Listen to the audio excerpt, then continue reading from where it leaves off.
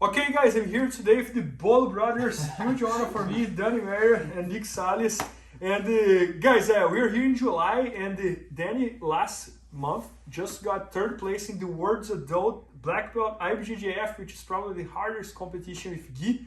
And Nicky is just coming out from a huge win. He just got a submission against AJ Argazon, which is one of the best guys on his division as well.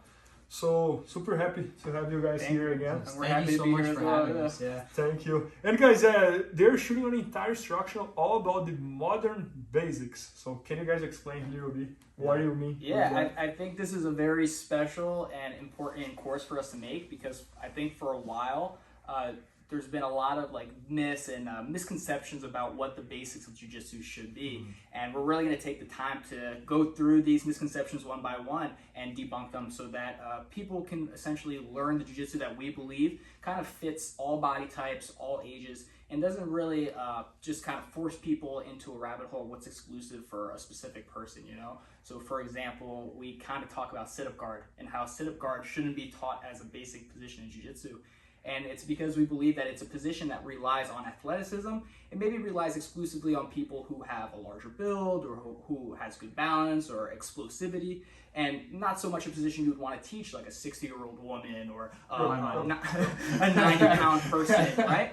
So it's important that in this course that we're teaching jiu-jitsu that's conceptually strong, fundamentally sound throughout, regardless if you're a black belt expert or a starting beginner who's maybe have a smaller stature or is not as athletic as like a professional athlete.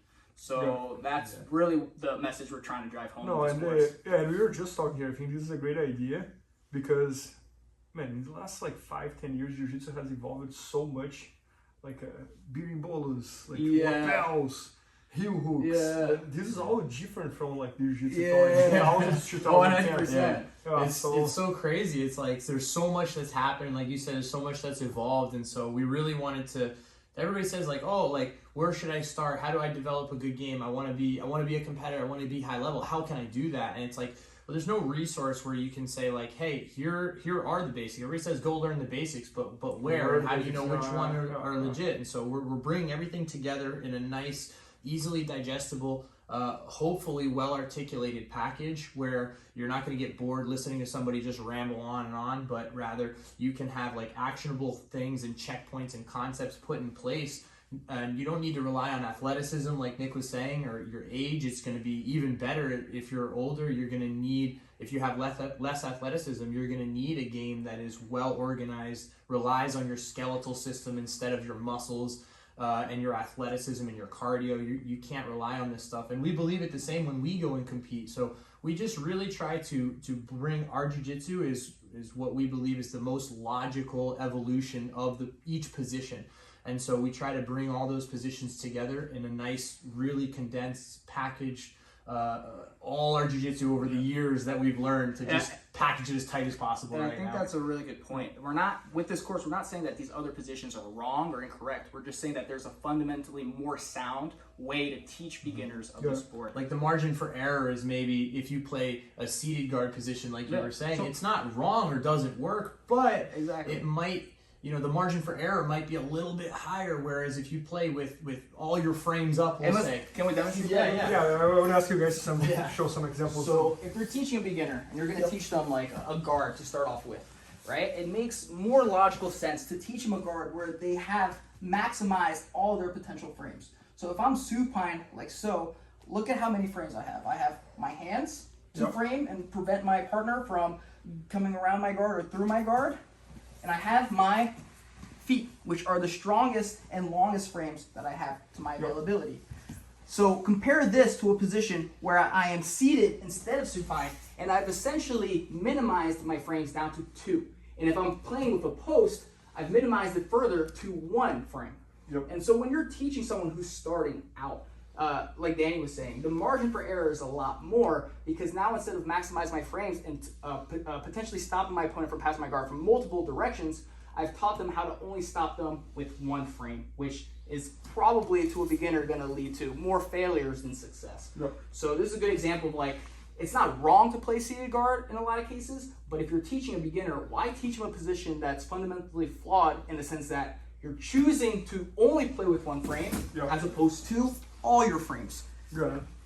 Yeah, that's definitely, it's so much stronger off the bat, but there's so many challenges, and this is something that is part of the modern game that nowhere, it's not taught anywhere. Nowhere you can find a package that says how to play off of your back, how to make those connections. Everybody says don't play off of your back, don't play supine, because they can make grips and just chuck you to the side. And we're gonna, throw bys and stacks and all these different positions, and we're gonna dispel all those myths and teach you how to counter all those positions and how to stay very, very safely. And what our coach, our professor, Mikey Musumeci, likes to call the fort, and he likes to play with his frames and everything, and has helped us to organize all of our jiu-jitsu, and we believe in it as well. It's the strongest, most logical progression of the position. And so playing with all 4 frames up versus sitting up, what happened to all his frames? He's got one left. So just in that picture, I think it's very, very obvious to see maybe, but hopefully with all the other ones it'll help us. Yeah, and then also understand the 4 frames. You can start like maybe sitting up and there, but not For in sure. the very beginning when you're. No, Exactly. I love the idea. Yeah, and we have this a lot. It doesn't matter what age you are. So for our youth program, our kids classes, we teach the same. We're like, all right, like which one's going to keep you safer? Having all 4 or just maybe seated or wrestling. And so although we believe it's incredibly important to learn all of these positions, and we're not saying that they're wrong, it's just one position that we go over in our instructional on how to keep you a little bit safer using less athleticism and not make you so tired. That's incredible. No, that's incredible.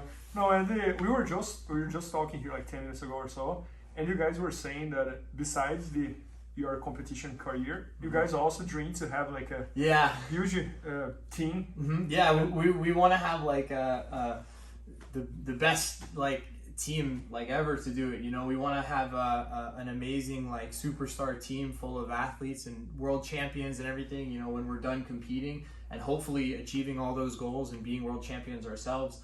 We're gonna build the best team we possibly can, and this is the curriculum that we're gonna be using to do that. So yeah, no, and I love how you guys already have the kids team. Yeah, I can just imagine 10 years from now, how many guys will come from that team. Oh, dude, they're gonna be good, bro. They're gonna be good. They're already giving us trouble.